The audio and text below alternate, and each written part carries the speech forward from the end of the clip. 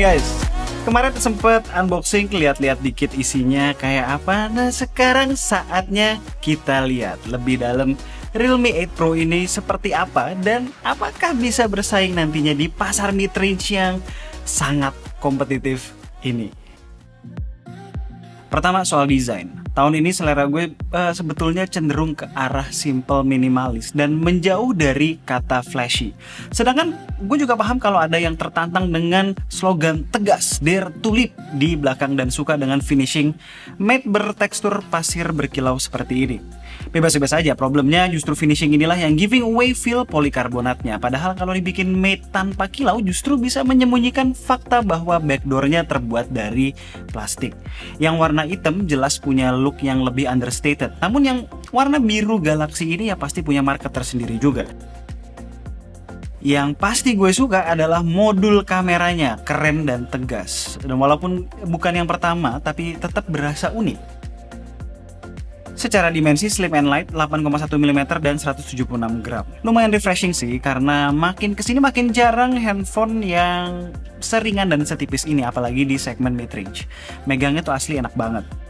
Kombinasi curved back-nya dan flat top, bottom, dan samping-sampingnya memberikan kesan premium, juga grip di tangan lebih enak. Gue selalu seneng ya kalau dikasih jack 3,5 mm, karena untuk gaming session gue tiap malam masih mengandalkan earphone konvensional untuk menghindari audio lag. Walaupun begitu cukup disayangkan ketika tahu speakernya cuma mono. Untungnya kualitasnya cukup baik. Clarity-nya top, bass-nya masih berasa, terutama ketika diletakkan di atas permukaan keras, nggak asal kenceng doang.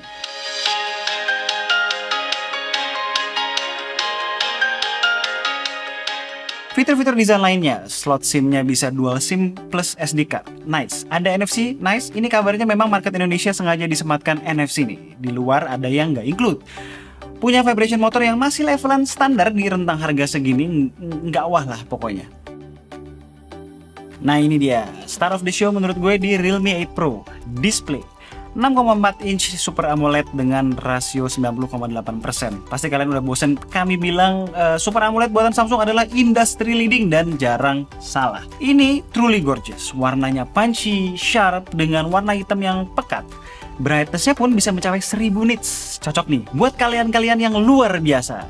Maksud gue biasa di luar. Punch hole kameranya yang di pojok kiri atas juga nggak terlalu besar dan membuat menikmati konten semakin imersif. Ngomong-ngomong, DRM infonya udah L1 ya, jadi kalian bisa menikmati konten di Netflix secara bener. Walaupun begitu, dua hal yang harus di-note. Sayang banget dagunya masih lumayan tebel dan no high refresh rate. Padahal dulu yang mulai tren high refresh rate di mid-range itu Realme loh. Setidaknya kita masih bisa appreciate dengan pemilihan biometric security berupa in-display fingerprint sensor di sini. Seperti biasa, cepat dan akurat. Realme 8 Pro diotaki chipset octa-core Snapdragon 720G. Kalau dilihat dari angka serinya memang bukan yang paling besar atau yang paling baru. Tapi in real life, gue udah selalu bilang mirip-mirip aja dengan 730G, 732G, saling mengalahkan di beberapa kondisi yang berbeda. Cek aja video komparasi battle mid-range kami tahun lalu. Link ada di kanan atas. All in all, pemilihan salah satu dari ketiga chipset itu untuk segmen mid-range nggak ada yang salah. Mid-range 6 juta aja masih ada kok yang pakai 720G dan fine-fine aja. Secara experience daily, gue nggak merasakan ada problem yang berarti. Mayoritas ya smooth-smooth aja lah ya. Ini jelas didukung dengan ringannya Realme UI 2.0 yang seperti kita semua udah tahu mempunyai basis yang sama dengan ColorOS 11 yang merupakan best Android OS pilihan kami berdua di 2020.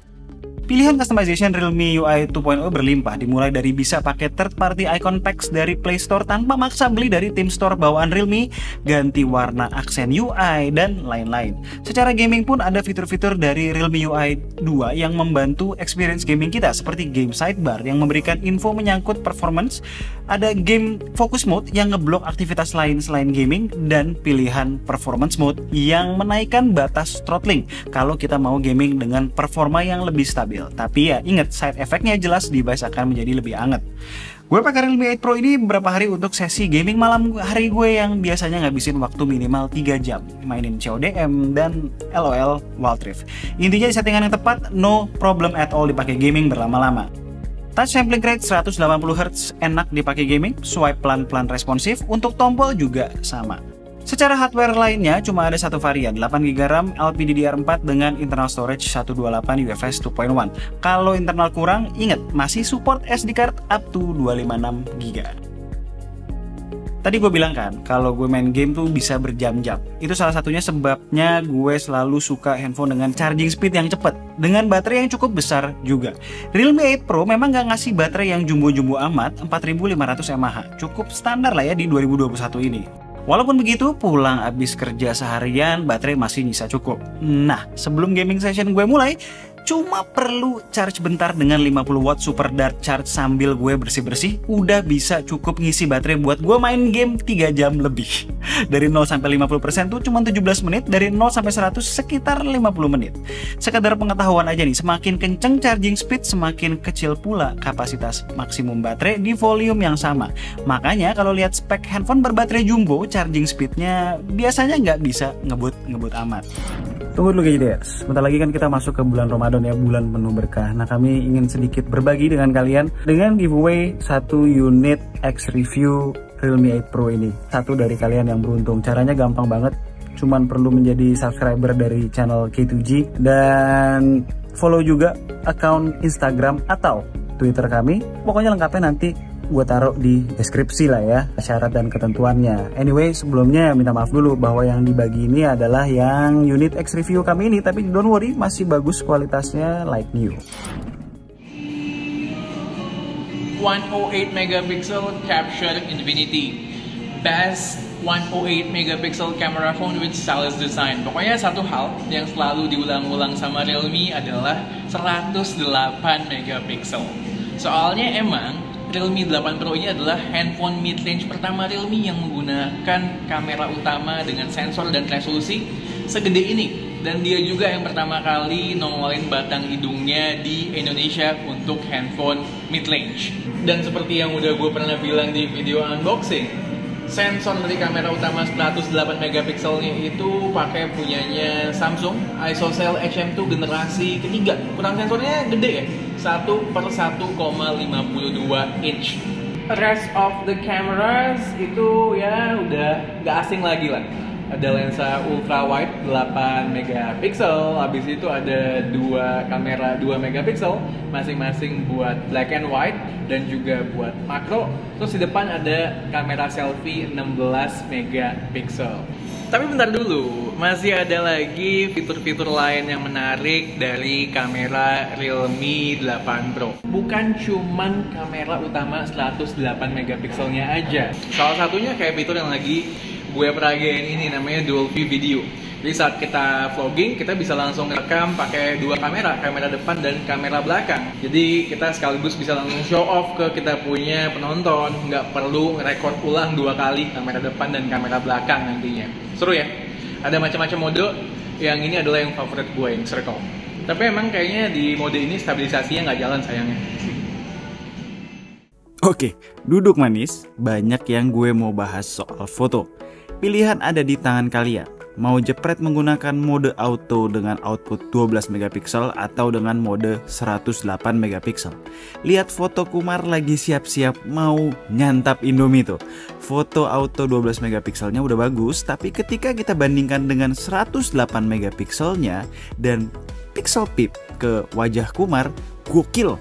Terlihat banget yang 108 megapiksel sangat less processed dan detailnya natural. Cons-nya, dynamic range-nya tidak sebaik auto 12 megapiksel. Emang selalu begitu. Perlu dicatat yang 108 megapiksel makan storage juga ya. Tapi nggak menampik, foto dengan full res 108 megapiksel itu buat nagih. Karena kita bisa pixel peep atau crop sejauh mungkin. Foto-fotonya in general menurut gue dalam kondisi cahaya yang proper, kece. Nggak ada yang bisa gue komplain dan gue yakin kalian akan sependapat. Soal tone warna sih selera ya, yang jelas gue dan Kumar happy handphone mid-range zaman sekarang bisa ngasilin foto-foto kayak gini. Soal versatility, lensa ultra wide-nya masih sama kayak yang banyak kita temukan di handphone mid-range. Cukup kok buat sosmedan. Lensa makro ada, seperti biasa tujuannya untuk meramaikan setup kamera aja. Nggak reliable lah hasil fotonya. Nah, yang mau gue info, Realme 8 Pro ini memang nggak ada lensa tele, tapi 3 kali zoomnya pakai teknologi in-sensor zoom dengan cara menggabungkan 8 foto 12 megapiksel yang kemudian di-enhance lagi by software. Hasilnya memang nggak kayak optical zoom, tapi yang gue suka nggak terkesan over sharpen. Detailnya natural walaupun cenderung soft dan warnanya masih kejaga. Nice. Nih kalau gue lihat hasil jepretan Kumar, kayaknya dia kebanyakan main sama mode portraitnya deh. Secara spesifik dia bilang sama gue ketagihan nyobain efek dynamic bokeh. Soalnya cuman kayak objeknya doang yang di freeze tapi backgroundnya masih bergerak. Jadi berasa The Flash dia katanya, tapi versi India kali ya. Gak cuma itu, ada efek AI Color Portrait yang bisa buat objeknya doang yang berwarna, dan Neon Portrait. Cocok dipakai buat jepret foto bokeh saat banyak lampu-lampu di background. Kesannya kayak pakai kamera SLR gitu. Foto unik lainnya ada Tilt Shift yang katanya bisa menghasilkan foto ala-ala miniatur gitu. Tapi dari pengalaman kami, jaraknya dengan objek harus jauh ya supaya lebih terkesan real. Oh ya, fitur yang sama ada mode videonya juga. Starry Mode di Realme 8 Pro sudah di-enhance lebih jauh. Cuma ya karena gue masih tinggal di daerah perkotaan, ya bintangnya ya cuman segini. Masuk ke kondisi low light, sebenarnya kalau masih medium to low light, autonya masih cukup banget menurut gue. Bahkan lebih dari cukup, masih reliable. Belum perlulah trigger night mode-nya. Kalau maksa justru hasilnya malah over processed. Nggak asik. Terutama soal sharpness-nya berasa banget tuh. Tapi kalau udah masuk kondisi yang beneran low light, bolehlah trigger night mode-nya. Baru tuh berasa faedahnya. Lihat aja wajah si Pras yang soft begitu bisa jadi sharp dan overall terekspos dengan baik. Di luar itu, untuk foto objek lainnya, tentu karakternya standar night mode di segmen mid range lah. Benerin exposure, ngebus warna, brightness, dan sharpness. By the way, night mode bisa dipakai di kamera selfie dan ultra wide juga. Ngomongin low light, ada satu fitur yang bisa kalian maksimalkan ketika mau record video di kondisi minim cahaya. AI Highlight Video.